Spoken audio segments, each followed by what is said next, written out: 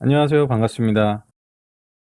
시스템 피해 분석을 위해서 시스템 로그와 파일 정보를 분석합니다. 웹로그와 시스템 로그는 침해 사고 과정에서 공격자의 침입 경로를 파악하는 중요한 정보입니다. 계정 유출에 의해 소스 코드가 조작이 되었었던 사고를 조사하는 과정을 같이 한번 살펴보겠습니다. 공격자의 흔적을 찾기 위해 점검이 필요한 분석 정보가 무엇인지 자세히 한번 살펴보겠습니다.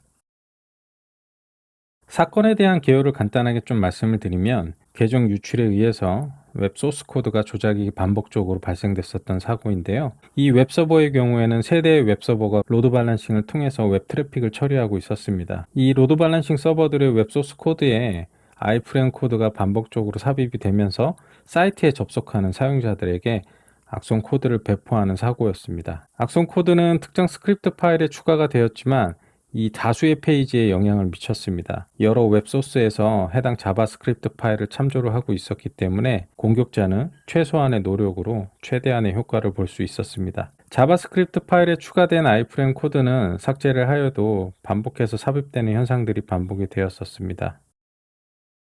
시스템 관리자가 추정하는 침해 사고 인지 시점은 4일에서 5일 사이였습니다. 2차로 변조가 발생한 시점은 5일 후인 10일 오전 8시 40분경 전후로 추정을 하고 있었습니다. 해당 시간에 자바스크립트 파일 변조에 대한 내역들을 확인했을 때 특정 시스템 계정에서 해당 파일에 접근했었던 내역을 로그를 통해 확인할 수가 있었습니다. 로그는 파일 수정 내역으로 검색을 해서 해당 정보를 확인을 했는데요. 이 특정 계정마다 접근했었던 파일 목록들을 확인을 할 수가 있습니다. 그래서 공격과 관련된 특정 계정에서 자바스크립트 파일에 대한 접근한 내역이 확인이 되었습니다. 특정 파일에 접근을 하거나 수정을 했을 때는 해당 계정마다 리센트 폴더에 관련된 파일 접근 내역들이나 만들어진 날짜들에 대한 정보들을 확인할 수가 있습니다.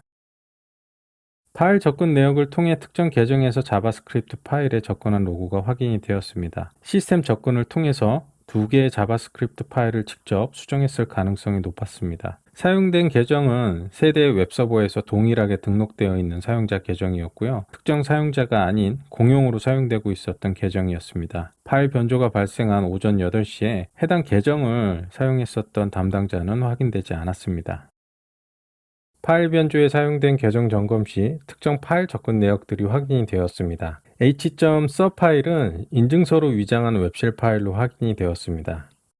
사용자 계정 활동 내역을 추적해 보겠습니다. 보안 감사 로그 확인 결과 파일 변조 계정으로 로그인에 성공한 보안 감사 로그가 확인이 되었습니다.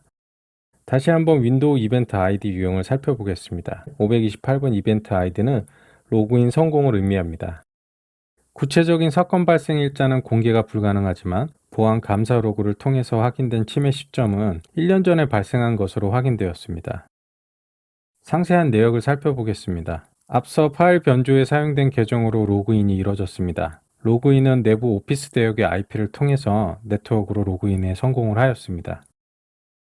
앞서 인증서 파일로 위장한 웹쉘 파일이 만들어진 날짜를 살펴보겠습니다. 감사 로그에 기록된 사용자의 로그인 시간은 6시 47분입니다. 웹쉘 파일이 만들어진 시간은 로그인이 이뤄지고 8분 후에 웹쉘 파일이 생성이 되었습니다.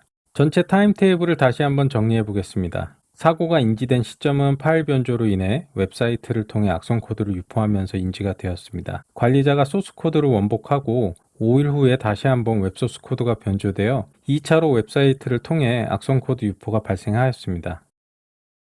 최초 의심스러운 접근 내역은 변조가 발생하기 1년 전으로 확인되었습니다. 보안 감사 로그를 통해서 특정 계정으로 네트워크 로그인이 성공하고 8분 후에 시스템에 웹쉘 파일을 생성을 하였습니다.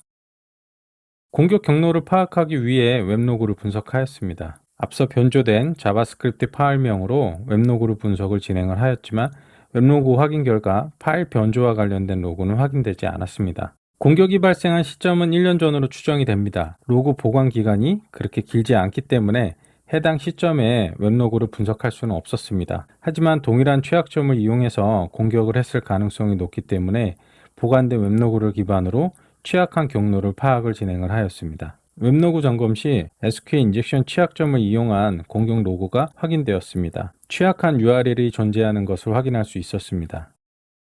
시도된 공격은 앞서 살펴보았던 자바스크립트 파일 변조와는 약간 다른 유형입니다. 취약한 웹 파라미터를 이용해서 데이터베이스를 조작을 하는 공격과 관련된 웹로그인데요. 공격에 성공하면 테이블 정보에 스크립트 코드를 삽입하는 목적으로 실행된 공격입니다. 사용자가 조작된 데이터베이스 정보를 호출하는 페이지에 접속을 하게 되면 공격자가 추가한 스크립트 파일이 웹브라우저에서 실행이 됩니다.